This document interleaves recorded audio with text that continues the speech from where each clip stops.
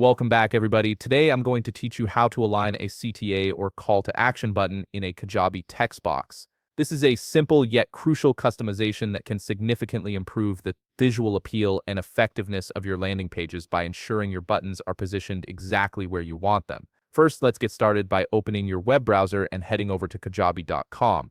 Once you're there, sign in to your Kajabi account using your credentials. This will take you directly to your Kajabi dashboard where you can manage all aspects of your website and courses from the dashboard.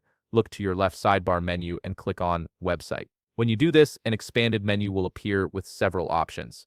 From these options, select Landing Page. This is where all your landing pages are stored and managed. Under your landing page section, you'll see a list of all the sites currently in your Kajabi account. Browse through and select the specific landing page where you want to align your CTA button. Once you click on it, you'll be directed to the landing page editor screen, which is where all the magic happens. Now that you're in the editor screen, turn your attention to the left side menu. This is your object and element customization menu, and it's packed with options for tailoring your page. Look for the section labeled Call to Action and click on it. This will open up the Call to Action customization menu where you can make precise adjustments to your button's placement. Within this customization menu, click on Desktop Layout. This is where you'll find all the alignment options you need. You'll see controls for both vertical alignment and horizontal alignment, giving you complete flexibility over where your button sits on the page. Additionally, you can adjust the section padding parameters to fine-tune the spacing around your button, ensuring it looks balanced and professional. Once you've made all your desired changes to the alignment and spacing,